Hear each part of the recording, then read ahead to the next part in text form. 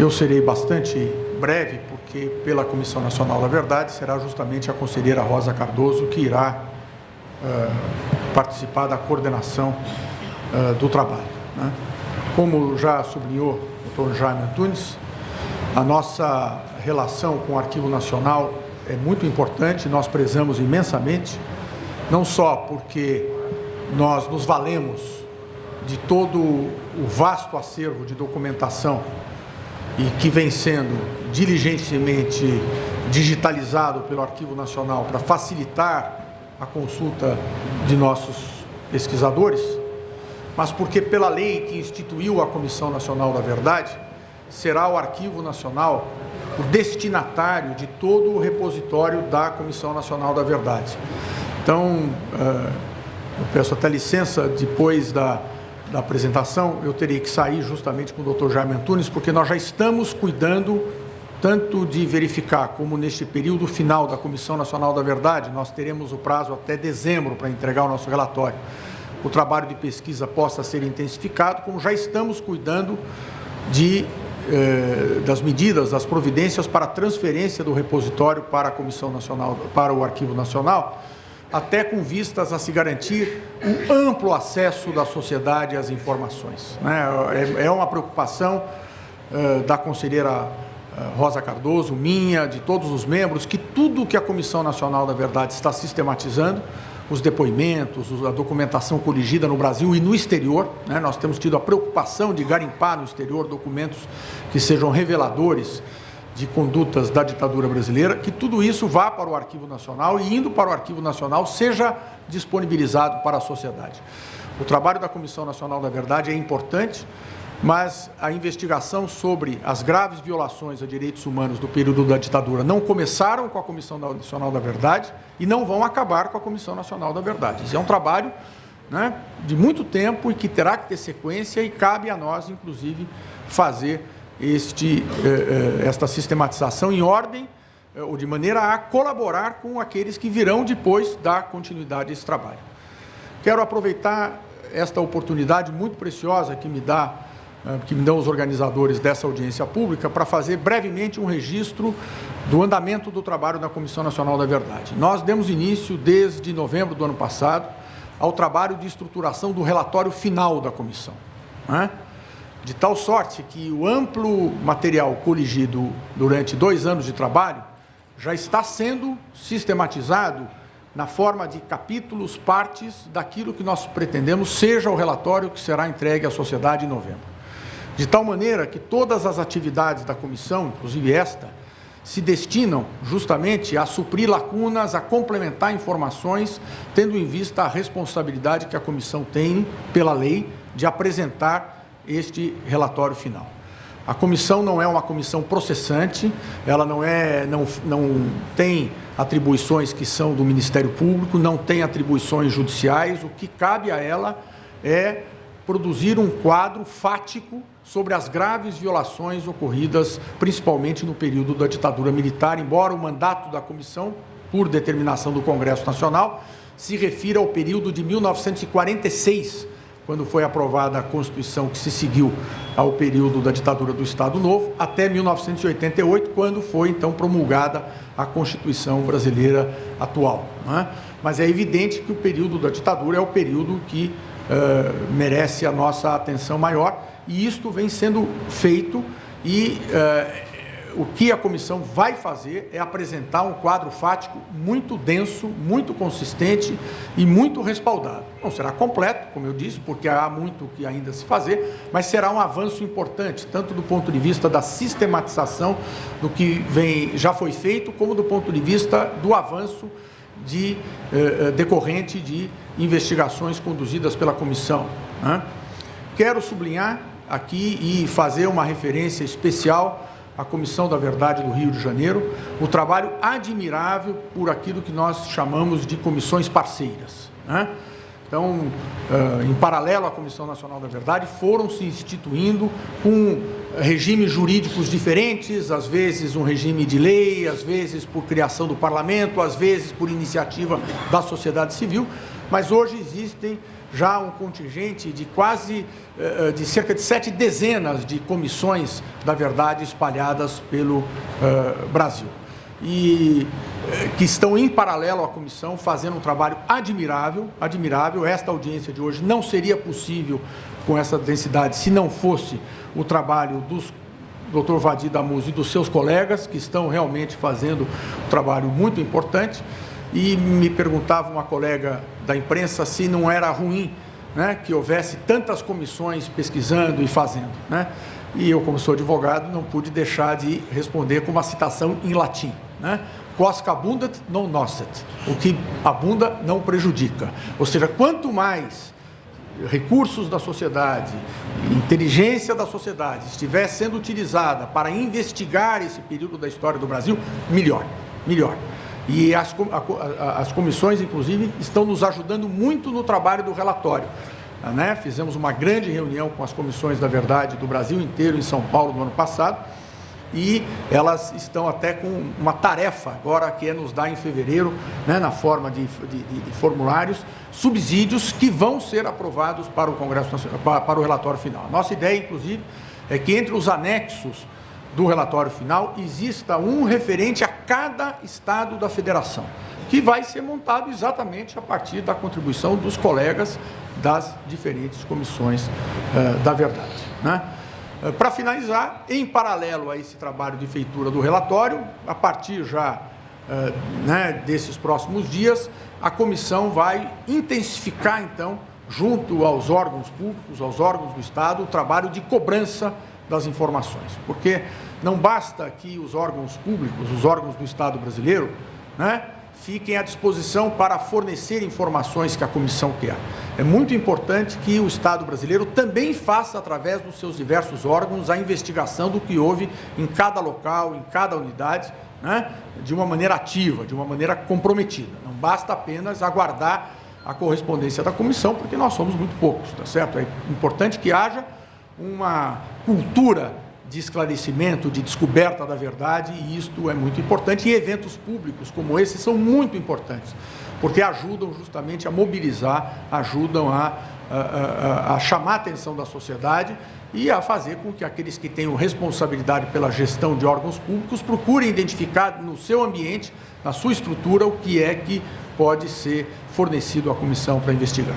Peço desculpas por ter me prolongado, mas eu não quis perder essa oportunidade para falar um pouco do status dos trabalhos da comissão, até dentro da obrigação, como um órgão público transitório que nós temos, mas um órgão público de prestar contas à sociedade.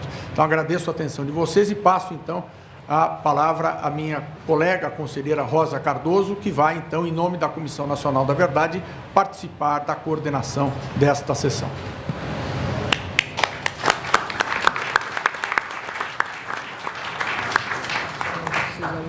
Deixa eu.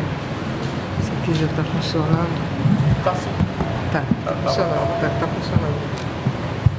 Bom, caríssimos participantes desse evento, caros componentes dessa mesa, senhor Jaime Antunes, que já não vejo mais, vejo ali no auditório, mas a quem quero agradecer essa acolhida muito generosa e muito amigável, e dizer que estamos aqui representantes de 3 comissões da verdade, da Comissão do Rio de Janeiro, da Comissão do Estado de Pernambuco, da Comissão Nacional, inclusive representada supremamente pelo seu coordenador atual, Dr. Pedro Dalari. Estamos aqui com as vítimas, com as testemunhas, com familiares, as vítimas das atrocidades, dos fatos das graves violações de direitos que nós vamos reconstituir, né, das torturas, dos assassinatos, das execuções mediante tortura que nós vamos reconstituir, porque a audiência de hoje envolve um grupo de uma organização designada como VAR Palmares, onde os seus militantes, que aqui depõem como testemunhas e como vítimas, prestam depoimento acerca das violências que sofreram, mas também acerca dessas 2 mortes que ocorreu no ano de 1969, nas dependências da Vila Militar, da Polícia do Exército da Vila Militar, então ali sediada. Estamos todos movidos por sentimentos muito diferentes, não diferentes entre nós, mas por vários sentimentos, por várias motivações estamos aqui. Uma delas é o sentimento, é o dever que sentimos de alargar essa frágil democracia em que vivemos e alargar, inclusive, do ponto de vista da discussão desse direito humano, que é o mais elementar de todos, que é o direito à integridade física e psíquica que nós temos, que é o direito, que é a obrigação de respeitar a integridade dos outros, mas nós estamos aqui muito especialmente nessa audiência de uma Comissão da Verdade, da nossa Comissão da Verdade, com as vítimas que vêm aqui depor, para identificar autores, para identificar autorias, para responsabilizar pessoas, porque essa é uma tarefa muito específica da Comissão da Verdade. Essa não é uma tarefa suficiente para o que nós queremos. É claro que nós queremos também que essas pessoas sejam processadas e julgadas, mas cabe a nós, Comissão da Verdade, criar esse antecedente de uma forma consistente e rigorosa e perceber que esse antecedente em si próprio tem um valor muito grande, a responsabilização, a indicação das autorias. Foi muito difícil chegar até esse lugar em que estamos. Nós sabemos que as elites brasileiras têm uma competência extrema, tiveram uma competência extrema para adiar esse momento. Nós sabemos que os poderes da nossa República, o Poder Judiciário, muito particularmente o Poder Judiciário e até o Supremo Tribunal Federal, que tem arguído a importância da impunidade para combater a criminalidade, diferentes formas da criminalidade têm tido um comportamento diferente em relação à criminalidade dos agentes públicos, dos agentes do Estado, de agentes que tiveram sob a sua guarda pessoas presas, que, portanto, pelas leis, por todos os pactos de direitos humanos assinados antes e depois da ditadura, pelas normas do direito humanitário, pelas normas de guerra, do tratamento de prisioneiros, que os militares conhecem muito bem, essas graves violências, essas torturas, essas mortes, essas execuções não poderiam ter sido praticadas. Então, nós estamos aqui compreendendo o quanto foi difícil chegar a esse momento, entendendo que temos ainda uma caminhada longa para fazer, mas percebendo também, devendo ter a clareza de compreender que estamos vivendo uma conjuntura diferente. Nós estamos vivendo uma conjuntura diferente. Nós estamos vivendo uma conjuntura em que a sociedade brasileira se amplifica no sentido, os interesses que nós estamos discutindo não são apenas, excedem completamente os interesses das próprias vítimas, dos que sofreram essas violências.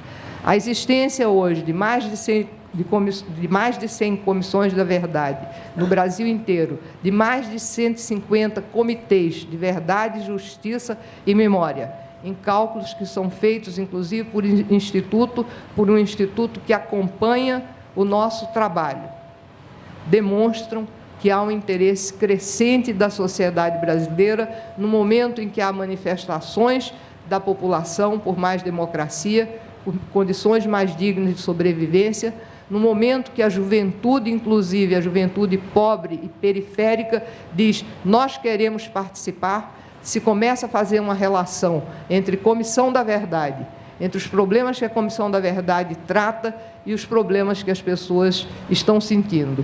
A conjuntura é diferente por isso, a conjuntura é diferente porque há um posicionamento diferente do Ministério Público. O Ministério Público certamente entrará com uma nova ação, com fundamentos diferentes, até dos fundamentos que a Ordem dos Advogados entrou junto ao Supremo. O próprio Supremo Tribunal Federal, através de seus ministros, demonstram uma sensibilidade diferente em relação ao problema, à revisão da lei da anistia, a compreensão da sentença da Corte Internacional, que diz que a autoanistia não vale, o tratamento que o ministro do Supremo, que o Joaquim Barbosa, deu a essa Corte Internacional, quando ela esteve aqui julgando o caso da Colômbia, demonstra o sentimento de nos pensar como uma Corte única, e como uma Corte única, nós temos que obedecer aos tratados internacionais que nós assinamos. É por isso que a conjuntura é diferente, tem muito trabalho pela frente, nós somos demandados de fazer cada vez mais e melhor, e é para isso que nós estamos aqui. Obrigada. Bom dia a todos, doutor Pedro Dalari, coordenador da Comissão Nacional da Verdade, na pessoa de quem eu cumprimento e abraço a todos os componentes dessa mesa. Dizer que esse é um momento muito importante, é um ato realizado em conjunto entre comissões da verdade, a Comissão Nacional, a Comissão da Verdade do Rio, a Comissão da Verdade de Pernambuco. É mais uma tentativa do nosso trabalho em contornar os obstáculos institucionais que nós ainda temos que enfrentar para apurar os crimes da ditadura.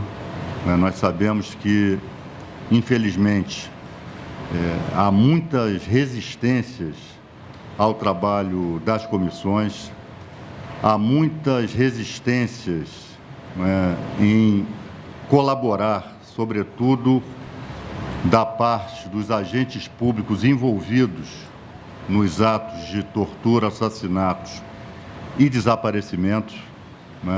Eu sempre ressalto que esses agentes, eles mostravam tanta valentia, entre aspas, quando estavam diante de prisioneiros indefesos nas suas celas, munidos de pau de arara, de manivelas de choque elétrico, de tanques de afogamento, e quando são chamados a prestarem contas dos seus atos à democracia brasileira, desaparecem como que por encanto. Tentam fugir de todas as formas das intimações, tentam se escafeder de audiências públicas como essas, mostrando, na verdade, toda a covardia que marcou a sua trajetória de algozes daqueles que ousaram enfrentar e combater a ditadura militar. Hoje, nós teríamos aqui o depoimento a ser prestado por um certo capitão Lauria, que, para não fugir à regra, mandou um atestado médico. Eu, por exemplo, eu sou advogado trabalhista, dificilmente um juiz do trabalho aceitaria esse atestado médico como justificativa para não comparecer à audiência. Mas ele apresentou um atestado, não vai comparecer aqui à nossa audiência, hoje não prestará o seu depoimento e depois as comissões, nós vamos ver com a Comissão Nacional da Verdade, obviamente, ele será reintimado sob pena de condução coercitiva. Mas mostra exatamente a conduta, o sentimento que essas pessoas vêm efetivando no sentido de não se submeterem ao crivo da democracia brasileira, não se submeterem ao crivo das comissões da verdade aqui em nosso país. Nesse ano, nós vamos completar, vamos descomemorar 50 anos de ditadura militar aqui. Em 1º de abril desse ano, estaremos promovendo uma série de atividades, né, inclusive algumas delas em conjunto com a Comissão Nacional da Verdade, e outras audiências vão acontecer ainda, né, nesse primeiro semestre, envolvendo episódios, sobretudo, de desaparecimento e de terrorismo de Estado ocorridos aqui em nosso país. Ainda temos um paradoxo, embora a Rosa, com toda razão, tenha sublinhado as esperanças de que tenhamos uma conjuntura melhor, né, sobretudo da parte do Supremo Tribunal Federal, em relação ao cumprimento de tratados internacionais e, sobretudo, em relação à impunidade dos agentes perpetradores que o Supremo Tribunal Federal, infelizmente, na DPF da Ordem dos Advogados do Brasil, chancelou. Nós, malgrado essas esperanças, das quais eu compartilho, mas ainda vivemos no país do paradoxo, né? Nós temos na cadeia, hoje, gente que foi torturada e temos andando livremente, soltos pelas ruas do Brasil, torturadores, assassinos e pessoas que fizeram desaparecer e continuam circulando livremente pelo território nacional. Mas a nossa luta não para, a nossa sede de justiça, ela não está saciada e, com toda certeza, ao final dos trabalhos da Comissão Nacional da Verdade, ao final dos trabalhos das comissões estaduais da verdade, nós temos muita esperança e muita convicção de que, pelo menos, parte desses crimes perpetrados pela ditadura militar, nós tenhamos a possibilidade de esclarecer ao povo brasileiro o que aconteceu, as circunstâncias em que aconteceu, quem mandou fazer, como mandou fazer e onde enterraram os nossos desaparecidos. E tenho muitas esperanças de que ainda conseguiremos ver no banco dos réus esses agentes perpetradores que ainda não se despediram da vida. Então, eu quero aqui, sobretudo, parabenizar e dar um abraço especial nos conselheiros da Comissão Nacional da Verdade, que mostra a nossa submissão aos princípios da transparência e da publicidade em estarmos aqui hoje, isso prova, realizando essa audiência pública. Muito obrigado. Antes de passar a palavra ao André, nós tivemos que reconfigurar um pouco aqui a ordem dos trabalhos, porque nós pretendíamos até que os representantes das duas comissões tivessem intervenção em momentos diferentes, conduzindo questões. Íamos passar nesse sentido, o Adi participaria de uma parte dessas questões e o doutor Manuel também da Comissão de Pernambuco. Mas como isso não sucedeu, como nós vamos ter somente um depoimento prestado por um perito, por um médico que está aqui presente, eu queria passar a palavra ao doutor Manuel para uma breve saudação aqui aos participantes. Queria agradecer, doutora Rosa, pela oportunidade, a todos os membros da mesa. A comissão Dom Helder Câmara leva o legado de um bispo que é símbolo da luta por direitos humanos, que é Dom Helder Câmara, e a nossa comissão é a primeira a ser constituída no âmbito do Estado. E ela é formada assim porque nós, e nesse caso para mim é muito caro, nós somos uma comissão forjada através da pressão da sociedade civil em um comitê da memória e verdade. Eu era coordenador de uma entidade de direitos humanos chamada GAJOP, que é um gabinete de assessoria jurídica das organizações populares, e eu sou representante dentro da comissão da sociedade civil. Então, dentro desse âmbito, nós entendemos que as comissões estaduais, e do qual também a Comissão Nacional é produto também da pressão da 11ª Conferência de Direitos Humanos, que foi organizada aqui no Estado brasileiro, e que resultou em um Plano Nacional de Direitos Humanos, chamado Plano Nacional de Direitos Humanos número 3, que tem a criação da Comissão da Verdade, que foi bastante enfrentada, vocês sabem por que segmentos. Então, a Comissão do Helder vem trabalhando, nosso prazo termina agora em junho, nós estamos fazendo todo o esforço para que os casos dos pernambucanos, ou das pessoas que foram violadas, seus direitos em Pernambuco, sejam investigados, E, a partir dessas investigações, nós temos parcerias importantes.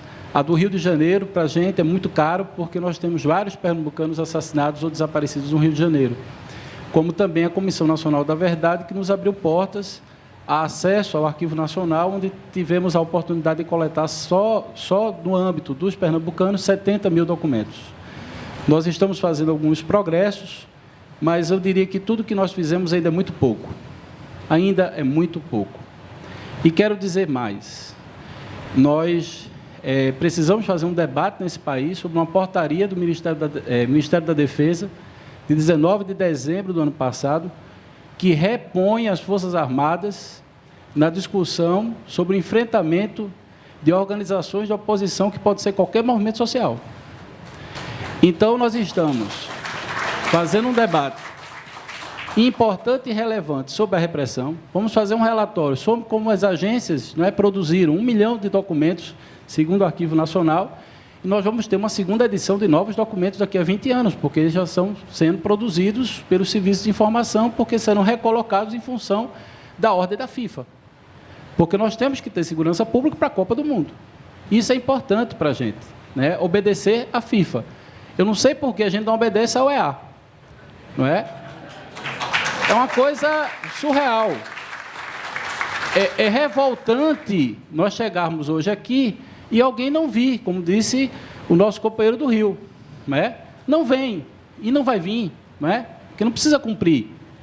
Mas se a FIFA mandar, vem.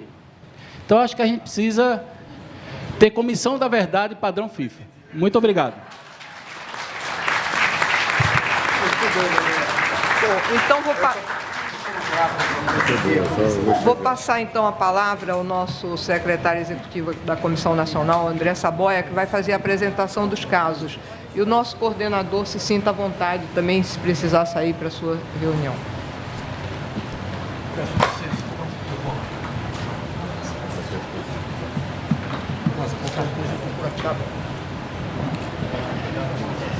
Bom dia a todos, a todas presentes. Eu vou fazer uma apresentação, começar por um dos casos de morte sob tortura que nós vamos tratar nessa audiência, que é o caso do estudante de medicina militante da VAR Palmares, Chael Charles Schreier. No segundo momento, nessa audiência, nós vamos tratar também da morte sob tortura no ano de 1969, de Severino Viana Colou, também militante pernambucano, os dois mortos,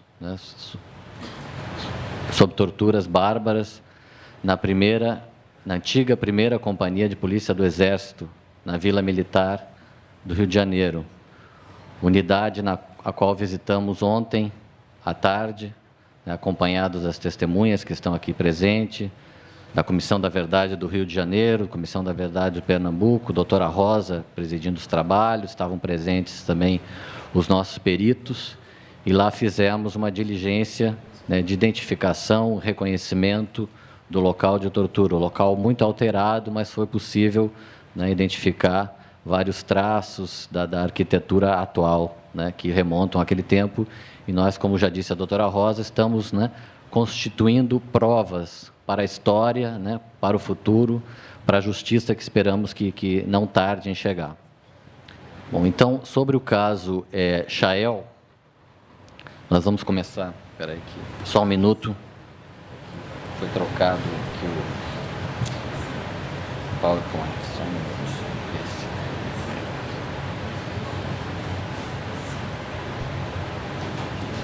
Sobre o caso Chael, nós vamos começar com um breve relato biográfico. Chael nasceu em setembro de 46 em São Paulo, integrante da VAR Palmares, cursava o 5º ano de Medicina em São Paulo, e integrava a executiva da União Estadual dos Estudantes. Após a edição do AI-5, como muitos estudantes, fechados todos os espaços para participação política legal, passou a atuar na clandestinidade, enfrentando a ditadura militar. Em 21 de novembro de 69, Chael foi preso em uma casa no bairro de Lins Vasconcelos, no Rio de Janeiro, onde residia juntamente com Maria Auxiliadora Lara Barcelos e Antônio Roberto Espinosa, também integrantes da VAR Palmares. Antônio Espinosa está aqui, será o primeiro testemunho depois dessa fala. Os 3 militantes foram levados para a 1ª Companhia de Polícia do Exército e Chael morreu no dia seguinte, 22 de novembro de 69, submetido a indescritíveis torturas, né, como foram as palavras usadas pela edição da revista Veja, do princípio de dezembro de 69, né, que conseguiu driblar a censura da época. O caso escandaloso, né, em função das atrocidades reveladas, teve grande repercussão na imprensa internacional, né, inclusive New York Times, The Times de Londres. Foi o momento realmente onde a brutalidade, né, da ditadura militar, a ditadura entrava já numa fase de ditadura aberta, praticando terrorismo de Estado, né? Isso foi revelado internacionalmente, causando grande escândalo, grande comoção. Aí vocês podem ver a capa da revista Veja, né? A reportagem da revista Veja, né? É interessante voltar e ler aquela reportagem. A linguagem é muito ambígua, né? Revela a luta política do período. Existem até declarações nessa reportagem justificando abertamente a tortura, mas a reportagem teve o dom de expor aquela situação e foi um caso, né, singular durante a ditadura militar, que nós estamos agora revisitando pela sua extrema importância histórica para compreender a nossa história, compreender a estrutura da repressão, o funcionamento de vários grupos dentro, né, das Forças Armadas, da Polícia do Exército. Esse episódio do Chael teve um momento de grande revelação também com a entrevista do coronel Luiz Elvésio da Silveira, em 1988. Luiz Elvésio era oficial do Centro de Informações do Exército no Rio de Janeiro, né, lotado no gabinete do ministro do Exército. Naquela época era o oficial que estava de plantão no dia da morte de Chael, né? E, segundo o jornalista Hélio Gaspari, a Companhia de Polícia do Exército, além das funções de Polícia do Exército, ela era também uma base do Centro de Informações do Exército na Vila Militar. E o coronel, né, recebeu a informação de que havia um cadáver do estudante paulista morto na Polícia do Exército, perguntou quem era o oficial responsável pelo interrogatório, foi apontado o nome o que aqui diz, então, Major Ari Pereira de Carvalho, que era o comandante da guarnição da Vila Militar, à época, e o coronel Luiz Elvésio adotou o que até 1969 era a prática da ditadura militar, levar um morto para o hospital para que fosse declarada a morte no hospital. Foi tentar, vamos dizer assim, reproduzir a mesma fraude que foram feitas várias vezes. Chegando lá, aconteceu a singularidade desse caso, né, e o estopim do escândalo. O general Galeno Penha Brasil, que era o diretor do hospital, se recusou a declarar que Chael tinha entrado morto, né, reteve o cadáver e orientou os seus peritos a fazerem um laudo de necrópsia. E o laudo de necrópsia, pelo detalhamento, né, também é um caso singular na ditadura, porque o laudo de necrópsia, a leitura, nós vamos mostrar algumas partes dele aqui, ele indica, né, sem nenhum eufemismo, a forma como Chael foi intensamente viciado e morreu sob tortura com vários ferimentos. O próprio, aqui nós temos o Luiz Elvésio, coronel Luiz Elvésio, narrando que o próprio oficial do CIE, que foi encarregado de levar o corpo para o Hospital Central do Exército, disse ter ficado encabulado ao ver o número de equimoses, as sevícias que o cadáver de Chael apresentava, né? Aqui só um esclarecimento, passado tanto tempo, né, 45 anos quase desse caso, nós fizemos pesquisa e descobrimos que o coronel Ari Pereira de Carvalho, o coronel Luiz Elvésio e o coronel Murilo Alexandre, todos faleceram, então não podem estar aqui, né, onde teriam um valioso depoimento a prestar, uma oportunidade de prestação de contas para a história.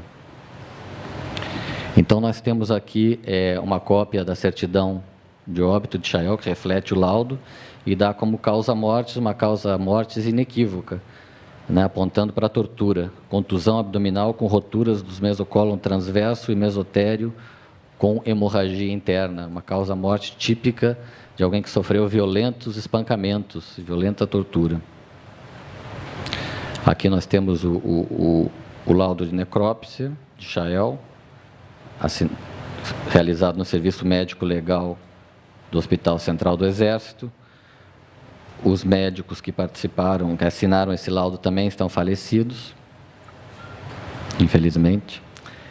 E aqui nós temos um documento de poucos dias depois da morte de Chael, um documento que relata que o capitão Lauria, que era um capitão de cavalaria na Vila Militar, responsável pelo IPM de investigação das atividades da VAR Palmares na jurisdição do 1º Exército, havia ordenado a prisão de Antônio Espinosa e de Maria Laura Barcelos, Maria Auxiliadora Barcelos. Vê-se aqui nós vemos que está omitido o nome de Chael, que já estava morto, e esse é um documento que mostra claramente a cadeia de comando nessas torturas feitas sob a cobertura de um IPM, né? Nós temos ali o nome do comandante do 1º Exército, general Ciseno Sarmento, que delega essa competência que ele tem de instaurar um IPM ao chefe do Estado-Maior do 1º Exército, ali está o nome dele, a assinatura, general de brigada Carlos Alberto Cabral Ribeiro, né? E o nome de Celso Lauria, o encarregado de IPM, foi convocado, a pessoa que foi convocada e não compareceu para essa audiência, né, que, segundo os testemunhos que nós ouviremos, também participou diretamente das torturas e da morte de Chael. Agora, nós vamos projetar aqui um pequeno depoimento em vídeo da Maria Auxiliadora, que foi dado num documental feito no Chile, na chegada dos brasileiros, os ditos banidos, né, trocados pelo embaixador suíço, em 71. Um depoimento que está no documentário que foi divulgado no Brasil recentemente, mas foi feito em 71, pelos jornalistas cineastas Saul Landau e Haskell Wexler. Meu nome é Maria Auxiliadora Lara Barcelos. Minha idade, 25 anos. Lugar de nascimento, cidade de Antônio Dias, estado de Minas Gerais, Brasil.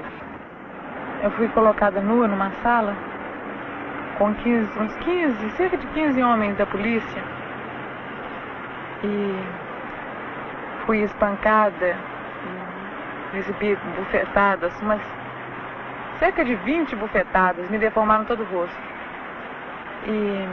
Com palos? Hã? Com as manos. Com as manos? Sim. Eles falaram mesmo que queriam me mudar o rosto. E depois disso, colocaram, durante todo o interrogatório, colocaram uma música numa altura impressionante, e música de macumba. Conhece macumba? Música afro-brasileira. Uma música com violenta percussão. E à medida que tocavam a música, espancavam meus companheiros e a mim. E estavam completamente excitados e alegres, satisfeitos, como se fosse uma festa. E pegaram uma tesoura e me seguravam pelos seios, fechavam a tesoura sobre o seio, fechavam, apertavam, depois tiravam. Esse tipo de coisa, assim. Eles falaram que iam me matar em nome do esquadrão e que ninguém ia descobrir, que ia ser numa estrada deserta, e tentavam me enforcar, assim, golpes de pescoço, e punham uma pistola no meu ouvido, esse tipo de coisa. Esse foi o depoimento de Maria Auxiliadora, né, como no exílio, Maria Auxiliadora, em consequência das terríveis torturas, né, cometeu suicídio em Berlim. O caso que foi reconhecido pela Comissão Especial sobre Mortes e Desaparecidos como uma morte por razões políticas. Também, depois, na Justiça Militar, narrou a prisão, né, aqui está denunciou as torturas, assim como também Antônio Espinosa, né? Nós temos aqui os documentos. Eu acho que agora a gente pode abrir a palavra para os testemunhos, que são a parte central aqui da nossa audiência.